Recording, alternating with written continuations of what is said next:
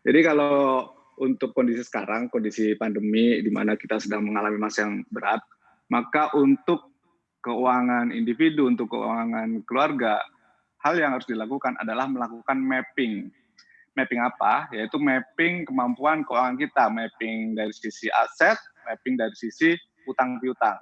Oke. Terutama adalah di bagian aset tadi, kita harus tahu seberapa besar porsi cash Mhm. kita, seberapa besar porsi aset kita yang sifatnya lancar atau liquid.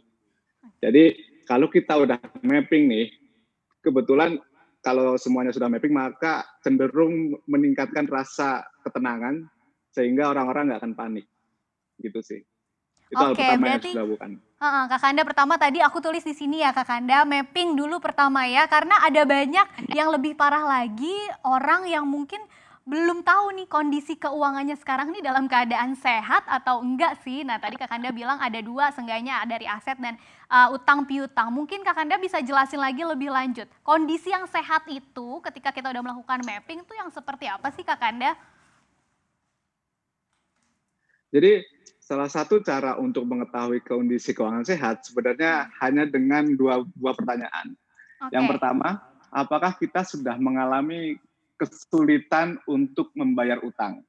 Yang kedua, apakah kita merasa bahwa income kita tidak mencukupi untuk memenuhi kebutuhan sehari-hari? Jadi memang dalam ilmu financial plan itu banyak sekali rasio yang bisa digunakan. Tapi untuk teman-teman yang baru belajar keuangan, cukup mempertanyakan dua hal itu. Kalau jawaban dari kedua pertanyaan itu adalah yes, gue merasa susah nih bayar utang, berarti keuangan kita sudah mulai bermasalah. Nah, Oke. dari keuangan yang bermasalah tadi, struktur mapping yang udah kita bikin, maka kita akan lihat ternyata debt kita jauh lebih besar daripada cash yang kita punya.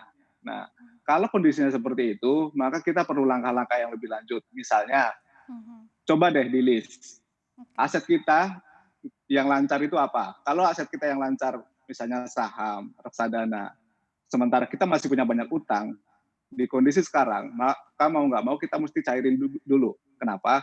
Karena pembayaran utang itu adalah prioritas kita agar kita nggak merasakan beban dari bunga.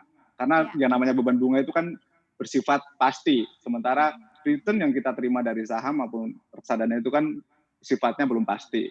Nah, kalau aset lancarnya ternyata kita nggak punya, kita punyanya aset yang tidak lancar, Mhm. Oke. sementara utang banyak. Ya mau nggak Mhm. mau kita juga harus menjual aset-aset tidak lancar tersebut. Oke. Pokoknya yang utama adalah kita meminimalisir dulu potensi kita membayar utang. Karena dengan minimnya utang, maka kita akan memiliki kans yang lebih gede untuk selamat dari pandemi dengan rasa yang lebih Mhm. happy gitu. Oke, berarti itu ya tadi utang menjadi prioritas bagi Anda yang memiliki utang apalagi banyak.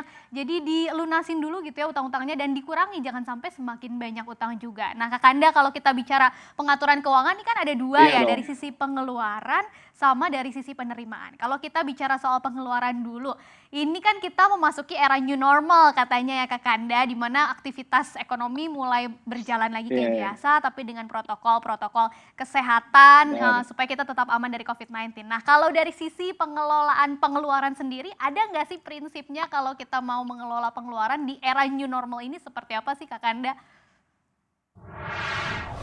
Oke, kalau untuk dari sisi spending ya berarti, ada 3 bagian yang harus kita pahami. Yang pertama adalah spending untuk survival. Spending untuk survival ini contohnya, kan kita prioritas sekarang itu kesehatan. Jadi Mhm. untuk groceries, untuk vitamin, itu masuk ke dalam survival spending kita. Itu Oke. menempati peringkat yang paling tinggi nih.